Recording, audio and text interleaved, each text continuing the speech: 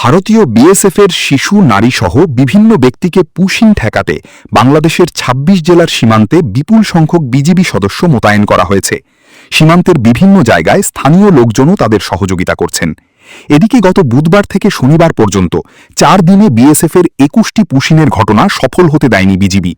এসব ঘটনার মাধ্যমে ২ শতাধিক ব্যক্তিকে ঠেলে পাঠানোর চেষ্টা হয়েছিল। এমন পরিস্থিতিতে আগামীকাল সোমবার থেকে ১১ জুন পর্যন্ত ৪ দিন ভারতের রাজধানী নয়াদিল্লিতে বিজিবি ও বিএসএফের মধ্যে ৫৭তম মহাপরিচালক পর্যায়ের সম্মেলন অনুষ্ঠিত হতে যাচ্ছে। সম্মেলনে অবৈধ পুশিং, সীমান্তে বাংলাদেশি হত্যা ও সীমান্ত ব্যবস্থাপনার বিভিন্ন বিষয় গুরুত্ব পাবে বলে জানিয়েছে বিজিবি। দেশের উত্তর পশ্চিম ও উত্তরাঞ্চলের একাধিক সীমান্ত পয়েন্টে গত কয়েকদিনে পুশিং ইস্যুকে কেন্দ্র করে উত্তেজনা ও মানবিক সংকটের পরিস্থিতি তৈরি হয়েছে। চাঁপাইনবাবগঞ্জ, লালমনিরহাট, নওগাঁ, পঞ্চগড়, যশোর, ঝিনাইদহ, কুড়িগ্রাম ও সিলেট সীমান্ত এলাকায় বিএসএফ পুশিংয়ের চেষ্টা করলেও বিজিবি কঠোর হাতে প্রতিরোধ করেছে। প্রতিরোধের মুখে বিএসএফ অনেকটা পিছু হটতে বাধ্য হয়েছে। ভারতীয় বাংলাভাষী মানুষদের বাংলাদেশি তকমা লাগিয়ে বিএসএফের পুশিংয়ের আপ্রাণ চেষ্টা রুখে দিচ্ছে বিজিবি ও সীমান্তবাসী। কোনো কোনো স্থানে বিজিবি ও বিএসএফের মধ্যে পতাকা বৈঠক হলেও সীমান্তের শূন্যরেখায় ঠেলে দেয়া মানুষদের সরাচ্ছে না বিএসএফ। এই পরিস্থিতির মধ্যে নয়াদিল্লিতে বিজিবি ও বিএসএফের মধ্যে ৫৭তম মহাপরিচালক পর্যায়ের সম্মেলন শুরু হচ্ছে আগামীকাল সোমবার। সর্বশেষ পরিস্থিতি নিয়ে বাংলার গেজেটের বিশ্লেষণমূলক বিশেষ প্রতিবেদন। ওরা আমাদের বলেছে কি আমরা দুটো গুলি মারবো, গুলি মারার পরে তোমরা সব ভেগে দৌড় মারবা। তোরা দুটো গুলি মারার পরে আমরা সব ভেগে দৌড় মারি। ধারে তালি বলবা যে আমরা ইন্ডিয়া যাচ্ছিলাম, যাওয়ার সময় আমরা তাবড় দিয়েছে, আমরা চলে আসি। তো গাড়ি অন্য অন্য জায়গাতে পার করেছে, এক গাড়ি এমনি পার করেছে। আরো তো ছিল, আরো কোথায় কোথায় চলে গেছে বলতে পারি না। এখানে কাজ যেতাম, সুতো কাটা কাজ করতাম। ওরা কয়দিন আগে আপনাদেরকে এদিকে পার করেছে? এটা 10 দিন আগে। 10 দিন আগে এদিকে হ্যাঁ, 10 দিন আমাদের ওই ক্যাম্পে রেখে দিয়েছিল। তারপরে ওনারা 12 মিনিট পরে আমাদের আনলো, এনে রাত্রির বেলায় আমাদের ছেড়ে দিল, বর্ডার দিয়ে ছেড়ে দিল। এই আমরা সোজা চলে এদিক ওদিক যাবে না, আর যদি এদিকে ফিরে এসো তাহলে কিন্তু গুলি করে দেবো ডাইরেক্ট। আমাদের অর্ডার হয়ে গেছে। আমরা তো ওই রাত্রে এসছি, এই বাচ্চা কাচ্চা সব নিয়ে। বাড়ি কোথায়? 2 দিন না খা। সে কোথায় খেতে?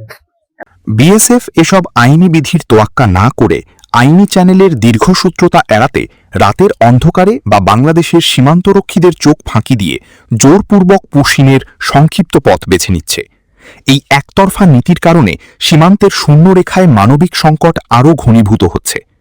মানবাধিকার কর্মীরা বলছেন, জাতীয়তা যাই হোক না কেন, বিচারহীনভাবে কোনো মানুষকে এভাবে জিরো লাইনে বন্দী করে রাখা এবং মৌলিক মানবাধিকার থেকে বঞ্চিত করা আন্তর্জাতিক মানবিক আইনের মারাত্মক লঙ্ঘন। ভারতের 5 রাজ্যের সঙ্গে দেশের ২৬ জেলার বিভিন্ন পয়েন্টে ৪,১৫৬ কিলোমিটার সীমান্তে টহল ও গোয়েন্দা নজরদারি জোরদার করতে বিজিবি সদস্য মোতায়েন করা হয়েছে। ২৬ জেলার সীমান্তের বিভিন্ন পয়েন্ট দিয়ে পুশিংয়ের চেষ্টা করা হতে পারে, সেগুলো চিহ্নিত করে সেসব স্থানে বিজিবির টহল ও গোয়েন্দা নজরদারি জোরদার করা হয়েছে।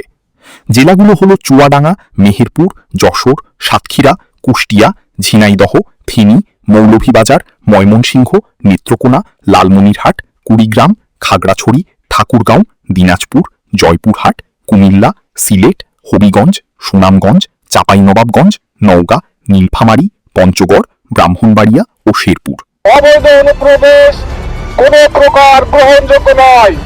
অবৈধ অনুপ্রবেশকারী কঠোর হস্তে দমন করা হবে। ভারত সরকার কর্তৃক বা প্রশাসন কর্তৃক ভারতীয় অবৈধ নাগরিক বাংলাদেশের বিভিন্ন পয়েন্টে অনুপ্রবেশ বা পুশিং করার চেষ্টা করতেছে।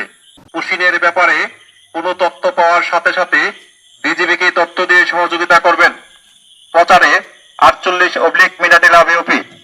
ধন্যবাদ। যাচ্ছে যে আপনারা কেউ অবৈধভাবে সীমান্ত অতিক্রম করিবেন না, আপনারা কেউ অবৈধভাবে সীমান্ত অতিক্রম করিবেন না। বিজিবি জানায়, ৩ জুন থেকে পৃথক ২১টি ঘটনায় বিভিন্ন সীমান্তে বিএসএফের ২২৩ জনকে পুশিংয়ের চেষ্টা ঠেকিয়ে দেয় বিজিবি। পুশিং করার জন্য সীমান্তের বিভিন্ন এলাকায় শিশু, নারী ও পুরুষ জড়ো করছে বিএসএফ। বিজিবির কঠোর অবস্থান ও সতর্কতার কারণে বিএসএফ তাদের পুশিং করতে ব্যর্থ হয়ে কাউকে কাউকে ফিরিয়ে নিচ্ছে। তবে অধিকাংশ ব্যক্তিকে ভারতে ঢুকতে দিচ্ছে না। তারা খোলা আকাশে মানবেতর দিন কাটাচ্ছে। পোষণ করা হয়েছে এর ব্যাপারে, তো তারা বলছে যে এরা বাংলাদেশি নাগরিক, তারা এটা দিতে প্রস্তুত না। আমি তাদেরকে বলেছি যে এটা স্ট্যান্ডার্ড ওয়ে না, এটা ইন্টারন্যাশনাল ল না। এটা ইন্টারন্যাশনাল ল হয়ে যদি এক দেশের নাগরিক যদি অবৈধভাবে অন্য দেশে থাকে বলেছে যে তাদের হাইট কোর্টের সাথে কথা বলবে। বাট আমরা এই পজিশনে অনার যে আমরা অবৈধভাবে যদি আমাদের সীমান্ত দিয়ে কাউকে অনুপ্রবেশ করানো হয়, পুষিন করানো হয়, এটা আমরা এখনও অ্যাকসেপ্ট করবো না এবং ভবিষ্যতেও আমাদের এবারের মধ্যে কোথাও আমরা অ্যাকসেপ্ট করবো না। বৃষ্টির মধ্যে ছিল, গতকাল বজ্র হয়েছে, এটা ইনহিউম্যানিটেরিয়ান, এটা অমানবিক হয়ে যাচ্ছে। তোমরা মানুষকে এরকম বিপদের মধ্যে ফেলে দিতে পারো না। তাদেরকে আমি এই দাবি আমি উত্থাপন করেছি যে এরা মানুষ হিসেবে তাদের অধিকার আছে। তোমরা একজন মানুষকে ধরে অবৈধভাবে পুশ করে থেকে তাকে বিপদের মুখে এবং অমানবিকভাবে তাকে ফেলে রাখতে পারো না, এই কথা আমি তাদেরকে উল্লেখ করেছি। তারা বলেছে, তারা অস্বীকার করেছে যে তারা তাদেরকে এভাবে কাঁটাতারে ব্যবহার করে তাদেরকে ফেরত পাঠায় নাই, করে বিভিন্ন সেন্টারে রেখেছে। মানুষের অধিকারকে তোমরা এভাবে মানুষকে মৃত্যুর মুখে তোমরা ঠেলে দিতে পারো না, এটা তোমরা হতে পারো না। তার জায়গা আমাদের শক্তির জায়গা। এটা এই খালি আজ এই সময় না, অতীতেও সর্বদা আমাদের দিনে রাতে বৃষ্টি ঝড়ের মধ্যে এরা আমাদের সব সময় আমাদের সাথে আছে। আমাদের এটা শক্তির জায়গা। আমরা মনে করি এই বাংলাদেশ আমাদের জনগণ, আমরা জনগণের বাহিনী, জনগণ আমাদের সাথে আছে সর্বদা সবার সময় সর্বপ্রকার সাহায্য সহযোগিতা আমাদের সাথে আছে এবং আমাদের সাহায্য সহযোগিতা করছে। ভারতের সঙ্গে বাংলাদেশের ৪,১৫৬ কিলোমিটার সীমান্তের অর্ধেকের বেশি সীমান্ত আছে পশ্চিমবঙ্গ রাজ্যের সঙ্গে। বাকি সীমান্ত রয়েছে ত্রিপুরা, মেঘালয়, মিজোরাম ও আসাম রাজ্যে। ভারত কিছু অংশে কাঁটাতারের বেড়া দিয়েছে। ভারতের কেন্দ্রীয় শাসক দল বিজেপি ১ মাস আগে পশ্চিমবঙ্গ রাজ্যের ক্ষমতা গ্রহণের পর বিএসএফ পুশিনে বেশি তৎপর হয়েছে নতুন মুখ্যমন্ত্রী শুভেন্দু অধিকারীর সরাসরি নির্দেশে। পশ্চিমবঙ্গ বিধানসভা নির্বাচনে জয়ের পর গত ৯ মে মুখ্যমন্ত্রী হিসেবে শপথ নেন বিজেপি নেতা শুভেন্দু অধিকারী। রাজ্য সরকারের দায়িত্ব নিয়েই তিনি ঘোষণা দেন অবৈধ বাংলাদেশি ও অনুপ্রবেশকারীদের আটক করে বাংলাদেশে পাঠানো হবে। তিনি পুলিশকে বলেছেন, যাদের কাগজপত্র নেই, ভোটার না, তাদের ধরে সোজা বিএসএফের হাতে তুলে দেবে বাংলাদেশে পাঠাতে, কোনো আদালতে পাঠাতে হবে না। আন্তর্জাতিক সীমান্ত ব্যবস্থাপনা, বিদ্যমান আইন এবং বাংলাদেশ ভারত দ্বিপক্ষীয় সমঝোতার পরিপন্থী কোনো ধরনের পুশিন চেষ্টা গ্রহণযোগ্য নয়। সীমান্ত দিয়ে কোনো ব্যক্তি বা গোষ্ঠীকে অবৈধভাবে বাংলাদেশে প্রবেশ করতে দেওয়া হবে না। বাংলাদেশ ভারত সীমান্তরেখা বিশ্বের দীর্ঘতম সীমান্তগুলোর একটি। এই সীমান্তরেখা প্রাকৃতিকভাবে বিভাজিতও নয়। এমন অনেক জনপদ রয়েছে যেখানে একই পরিবারের ভিটামাটির মাঝখান দিয়ে সীমান্তরেখা চলে গেছে। একই ভাইয়ের বাড়ি ভারতে, অপর ভাইয়ের বাড়ি বাংলাদেশে। এ ধরনের সীমান্তরেখার আর্থসামাজিক বাস্তবতায় কেউ যদি সীমান্ত পার হয়ে যাতায়াত করেও থাকে, তাদের বিনিময় করার জন্য প্রচলিত আইনের পাশাপাশি দুই দেশের মধ্যে চুক্তিও রয়েছে।